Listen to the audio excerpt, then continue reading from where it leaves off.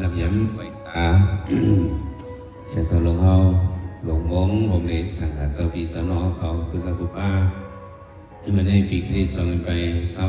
26เดือนมาร์ชก็เลยมา6 วัน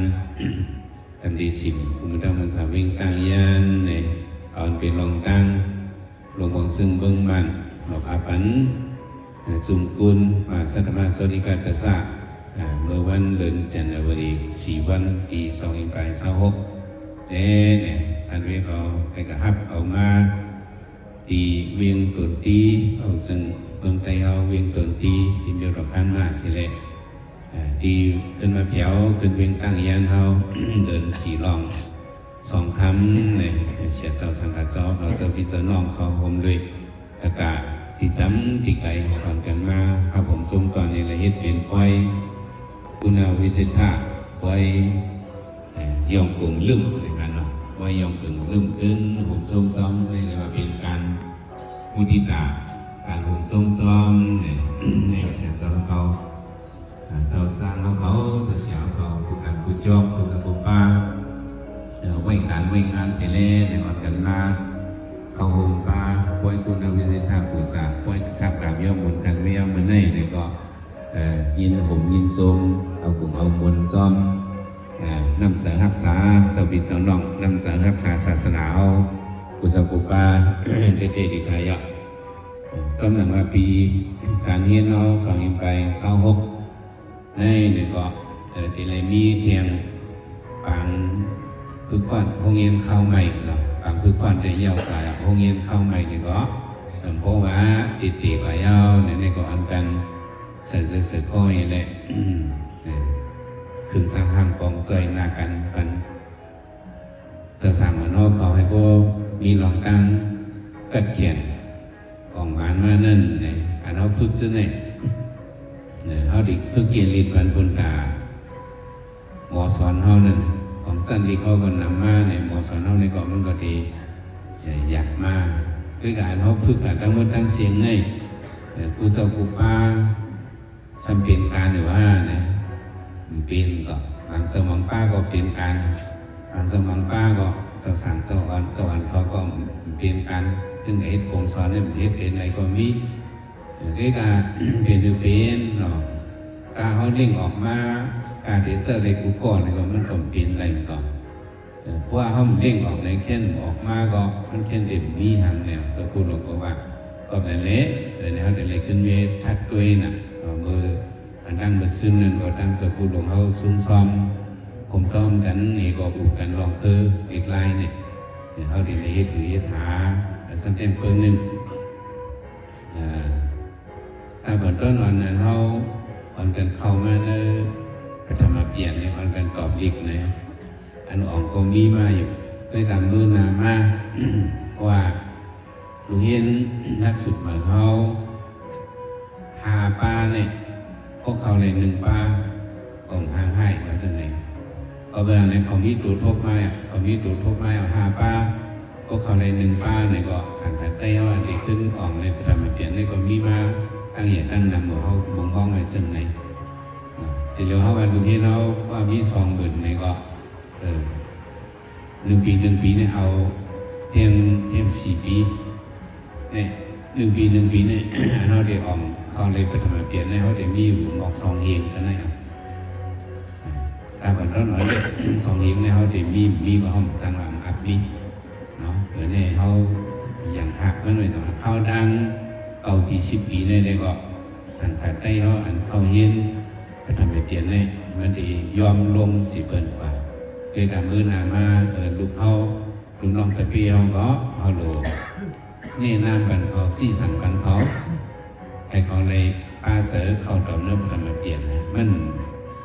อยากก้มว่างอยากก้มว่างวิธีเขาคัดเสือวิธีเขาปลาเสือ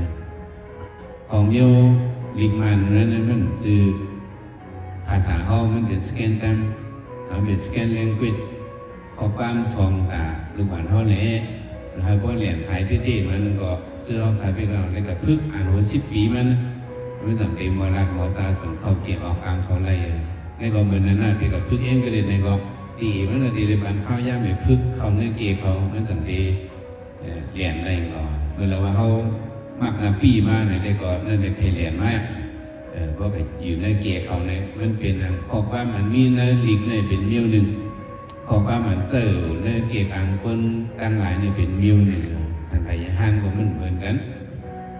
เหมือนเจ้าเมืองมันเขาก็ตรงมันเนี่ยอันพออย่างว่าในศาสนาจีนเรียกในข้อความว่าหาว่าอันในผู้นเวียงรัฐในเขาจะกำปั้นเรียนกำเรียนธรรมกติกาเนี่ยก็มันก็เป็นธรรมกติกาอยู่ย่อเสื่อนได้เฮียนมาไผ่โลกีเมื่อจังหวะอ่องสั้นซิปื้ออ่องเลยจุ่มปุ้ยเลยมานุงสังไก่ห้านเนี่ยเขาจะมา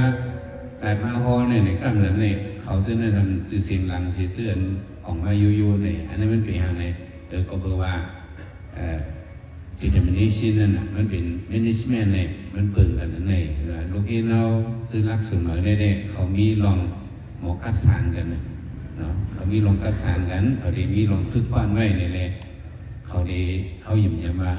มีได้เกิดออกมาเลยอันกันเขียนมันเนาะซื้อจะสั่งรักสุนมาแล้ว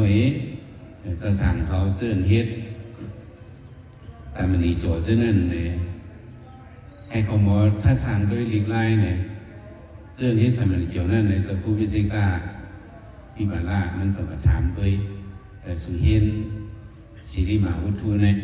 สุเกียบปาลีมันสั่งจะในสุโกอ่องสมัยเจียวสุเฮนสิริมาวุฒุเนี่ยสุในตั้งหูเจิ้งหือเก็บถอนในเจิ้งหือเนี่ยอันช่วยเฮ็ดแต่มันในเจียวนั่นเขาหมอเก็บถอนอะไรก่อนสอนทางเดียวคำฮัดเก็บถอนออกมาคำได้พึกไว้น่ะเจ้าเป็นจะสั่งเขาอันนี้รักสุดหมายเนี่ยประทานด้วยเจ้าเขาเห็นสิริมาวุฒุเนี่ยเจ้าเขาหันนำตอนมันมีเจือนำตอนหมอเย็นกันขันฉีคาเนี่ยเขาออกอะไรก็เร็วนำตอนแห้งถัดมีดตาเขาเนี่ยเขาลาอะไรเจือะไรนี่มันเพิ่งกันเจืไหนกันทำไมกูเนาะเพราะพึกปันเนี่ยก็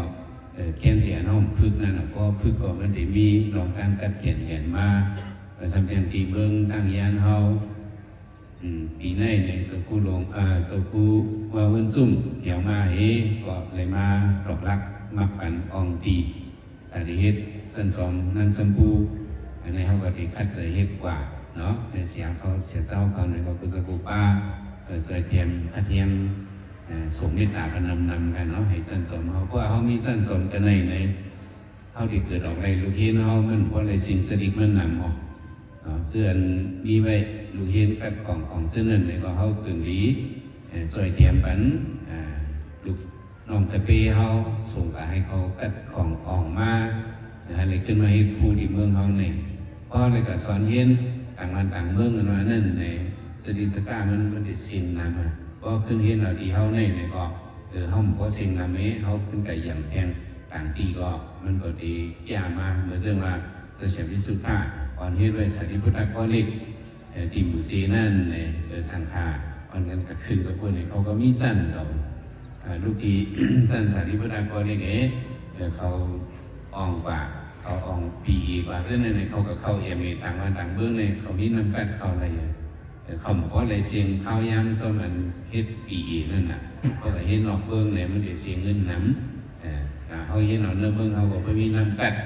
นั่นในกว่านอกเบิ้งก็มันคนไรอยู่แล้วในคำนี้เขาเป็นตึกโซนอันเชิงไหนเนาะอันกันเลี้ยงลูกน้องตะปีเขาพวกเขามี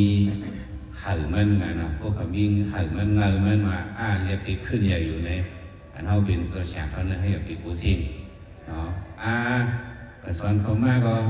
สิบทักก็หน่อยว่าตาดีสีลายนั่นเองหรือสีลายเขาหรือขึ้นโมเจอเขาทักกว่าก็เอาเขาขึ้นมาเจอเฮ็ดผู้สอนซึ่งนั้นมันก็เฮ็ดเป็นอะไรอยู่เนาะเขาให้อยู่ไกลก็ย่อมีแต่เดี๋ยวเนี่ยพ่อหมอขึ้นจันเอาเนี่ยเขาจะเขาช่วยเนื้ออ่อนไล่หีขึ้นมาเฮ็ดฟูกับไรขนาดเนาะมันจะมันเขาก็มีเนื้อไตเขาก็มีมันจะมังป้าทักกว่าในเขาก็เปลี่ยนเขาแล้วจากนั้นไตก็เจ้าผู้กินยาสามีเจ้ารูปิยาเนี่ยมันทักกว่านั่นคือการทักก็ขึ้นเขามอลิไว้น่ะของเส้นคู่ไว้กับองนอกเมืองมาไว้เนี่ยก็เขาทักกว่าเป็นเพื่อนก็ขึ้นห้องเขามาให้เป็นคู่กับอะไรอยู่ในเขาเรียกว่าพวกเขาทักให้เขาก็ตีนนำเป็นต้นอย่างนี้ก็มันมากขึ้นกันนะมานั้น พอถักเขาหรือขึ้นจังทางออกเหมือนจังหมูซีนี่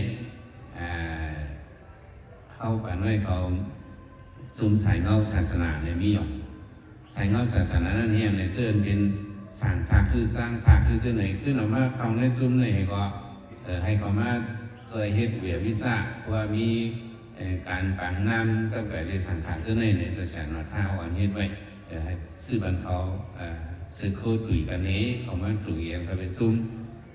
ใส่เงาศาสนาในเขามีโคเขาห้างเขามีจองอันนี้ใส่ผ้าป้ายวันนี้เจ้าในเพื่อนเห็นว่าจุ่มไอทักเนี่ยมันบ่ห้ามดีแบบนี้ในวิสัยมันจุ่มใส่เงาศาสนาเขาก็มีสรีนาตาเขาก็มากางส่องอันมันเจ้าเขาว่าเจ้าเขามีบางน้ำที่เขากะดีในบางเกี่ยวในเขาจะมาคือเขาจุ่มใส่เงาศาสนามากางส่องอันนี้ก็เขาก็ขึ้นจำศาสนาเขาแต่ผมที่นั้นในกำพองใน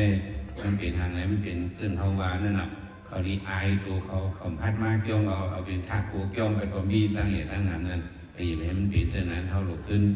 ลูกน้องเขาจะไปเขาย่องเลยสิบวักนะมันถักบาที่ย่องพระหลวงให้จงกลางเวียงห้าจงวัน105นี่ก็มันเป็นเขาซุ่มอยู่กันหมดแต่นี่เป็นซุ่มใส่เงาศาสนาวันร้อยนี่เป็นซุ่มใส่เงาศาสนา